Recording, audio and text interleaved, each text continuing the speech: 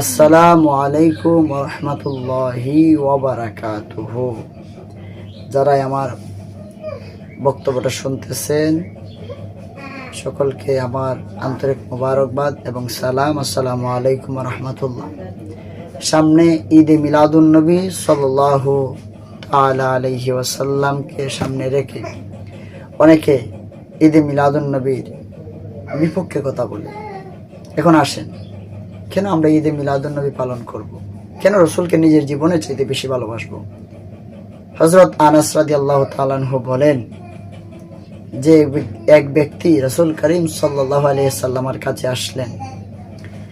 রসুল আকরাম সাল্লাল্লাহু তাআলা আলাইহি ওয়া আলিহি ওয়াসাল্লামের কাছে আসার পরে ওই ব্যক্তি বলতেছে, ইয়া রাসূলুল্লাহ, কিয়ামত কখন সংঘটিত হবে?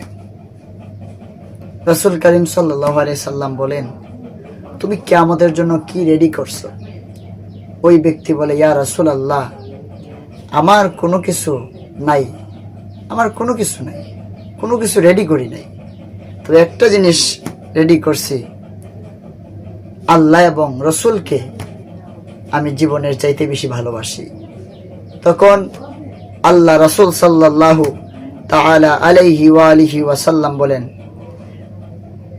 আনতা মা'a মান আহবাবতা, তুমি যাকেই ভালোবাসবে তার সঙ্গেই তোমার হাসর নাসর হবে।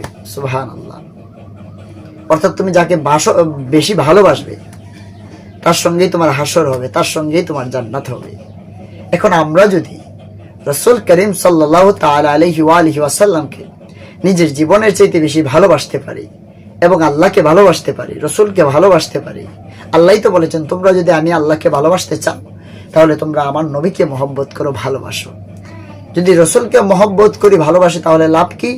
আল্লাহ রাব্বুল আলামিন বলেন, ওয়াগফিরু লাকুম যুনুবাকুম আল্লাহু গফুরুর রহিম, আমি আল্লাহ তোমাদের জীবনের গুনাহ খাতা মাফ করে দিব। সুবহানাল্লাহ। তো ওই রসুল সাল্লাল্লাহু আলাইহি সাল্লামকে আমরা ভালোবাসি।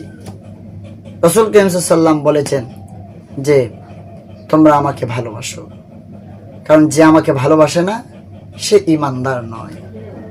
তোমার সন্তানাদের চাইতে, তোমার পিতামাতার চাইতে, ওয়ান নাসি আজমাইন, সকল মানুষের চাইতে আমি রসুলকে যতক্ষণ পর্যন্ত বেশি ভালো না বাসবে, মহব্বত না করবে, ততক্ষণ পর্যন্ত ঈমানদার হতে পারবে না। এই জন্য রসুলকে নিজের জীবনের চাইতে বেশি ভালোবাসতে হবে, রসুলকে নিজের জীবনের চাইতে বেশি ভালোবাসতে হবে। আমরা মিলাদুন নবী সাল্লাল্লাহু আলাইহি সাল্লাম পালন করি, এটা হুদাহুদি পালন করি না, এটা রসুলকে আমরা মহব্বত করে পালন করি।